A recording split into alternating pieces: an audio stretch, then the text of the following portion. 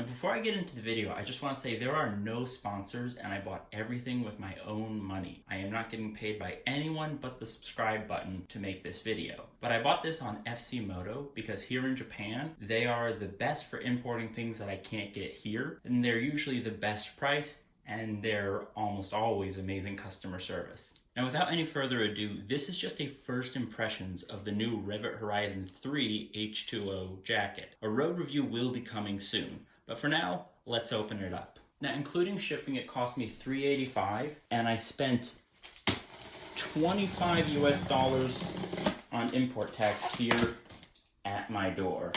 So all in all, it's just shy of $400 US, and let's find out if it was money well spent.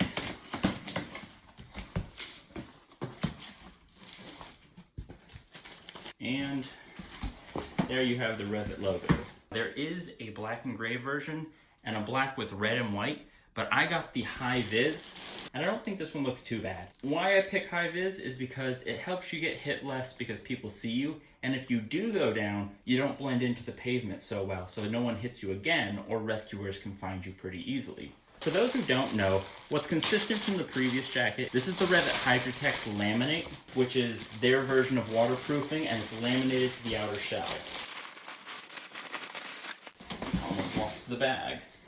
So here's the back of the jacket, and here's the front. The reason I like it being laminated is because the waterproofing is on the outer shell, which means it doesn't soak too much water, so it doesn't get heavy and cold and just saturated in the winter, which is what I bought this jacket for. Now I've got to say, touching it immediately, it is an incredibly soft jacket, especially on the underarm. Not that that needs protection, but according to Rev'it and FC this is AA rated. The AA rating means you should be safe to crash around 80 kilometers an hour or 50 miles an hour. And if I was on the highway going 120, which is about 75 miles an hour, legal down in Shizuoka, typically you'll be slamming on your brakes before the crash. Ride at your own risk. There is AAA if you're worried about those speeds. But for me, in Japan, where 99% of my riding is 80 and below, this is good enough for me. Let's get rid of the box, actually.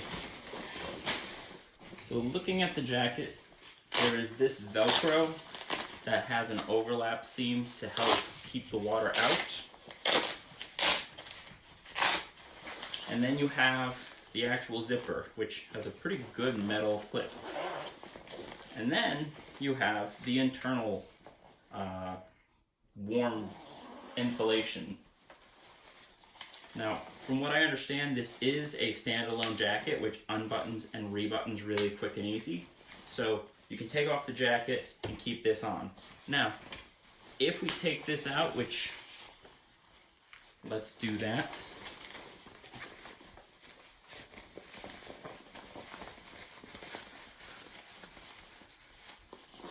It does have some funny buttons in the sleeve, so it's actually going to be quite annoying to take out of the jacket every time.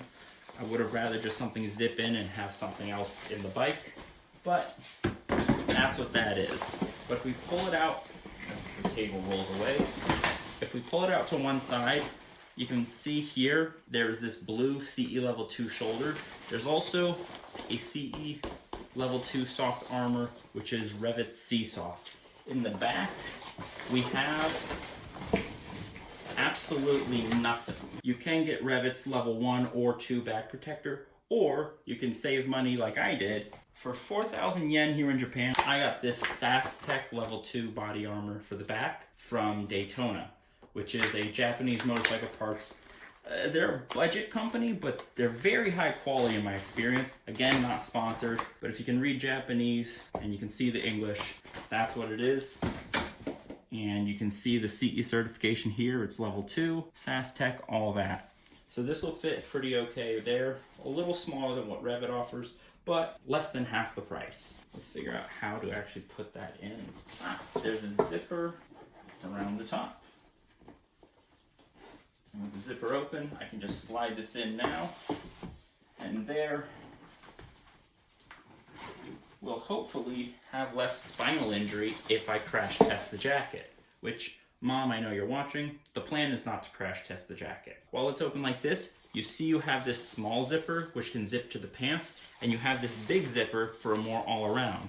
You also have these cords so you can cinch it down tight. No wind or water sneaks up into it from the ride. And as far as the back protector, CE2 is the safest back protector, but I always wear an airbag vest. But with that, I'm sure what you want to see is what does the jacket look like on someone. So let me put this back in just so I can wear the whole jacket at once. And I must say, feeling this is actually a very nice warm layer jacket.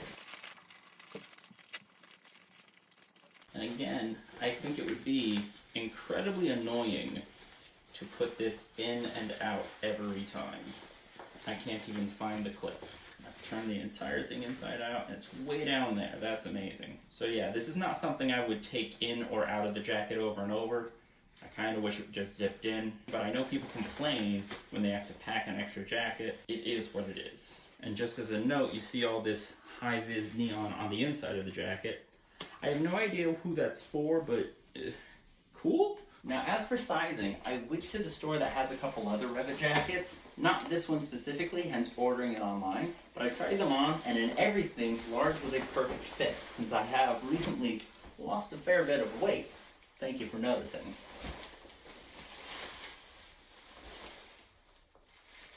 But, like all the other jackets, the large fits pretty good.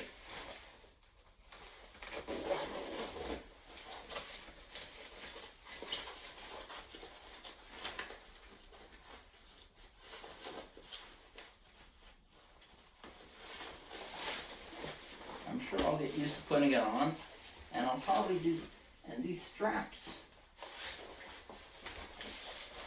it has these straps on the side.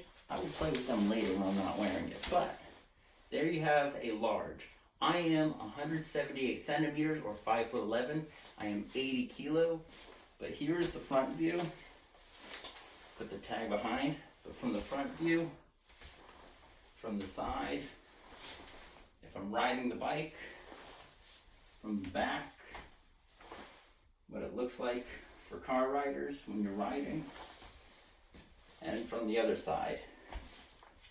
Now, you have on the wrist this Velcro to cinch down over your gloves, and there's quite a bit of cinch. It seems like a good Velcro. Again, you have adjusters here, you have adjusters here, but part of the reason for me going large is my biceps are, we'll call them fit, so I need that extra space. You have but a water resistant pocket, and they have this side gutter so nothing slips in, and on this side it would appear to be another waterproof pocket.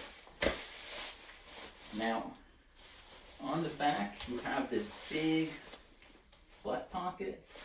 I have never understood in adventure jackets what the butt pocket is for.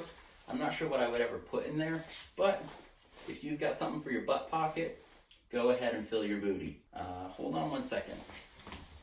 I have my new winter Gore-Tex gloves from 5. I'm not going to make a video about those because they were discontinued and I got them on sale, but let's see how they fit with the jacket. I must say, reaching super far forward, it's a little tight, but you don't actually reach like that on the bike. So for the real riding of the bike, I think this is a pretty comfortable jacket. So what I've experienced is the drier way to ride, tucked in the sleeve, it's pretty good. But if you're someone who likes to tuck it over the sleeve, this is a glove that can do both. And this jacket cinches down enough that, again, you can get both. Over the sleeve, under the sleeve, and it's pretty comfortable. I must say, I am currently getting very warm, but I'm going to undo the sleeves a bit. If I had one complaint, it's that you have to do the Velcro every time, which is all I've had. But I know if I got the Dainese Tenali, you can set the Velcro one time, and then you'd have a zipper. That's very convenient. And there's a stitch here that looks like it's a little undone, so I'll have to fix that. It's not a dumb enough thing to send it back, but hopefully that's not a warning of the quality in the future. Again, this is AA, but it feels unbelievably soft, almost concerningly soft, but incredibly comfortable. Now, as far as ventilation, I believe there's a vent here on the behind the shoulders on the back, and then here is another vent. So it opens here. I'll come a bit closer. Now, the concern with this one It's not quite as big, but it is taller than the Horizon 2. And there's no waterproof rubber along the bottom this time. So hopefully there's not any wind strong enough to blow rain up in there. Again, for $400, this is not a bad setup as a laminated jacket. And pizza's here. Hi.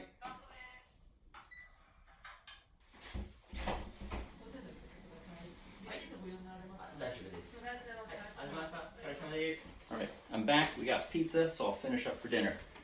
One thing is, I do not have the pants that go with this. Not that they're good or bad, but I have these climb riding jeans, and I have a pair of Gore-Tex rain pants that I just slip over that. But you can watch that video if you want to know about those jeans. If I get annoyed with having to wear jeans and then occasionally rain pants, maybe I will buy the pants specific for this, but for now, I'm just going to go with this. As for why I picked this over everything else, it is the newest, so it's definitely going to meet the newest ECE safety ratings.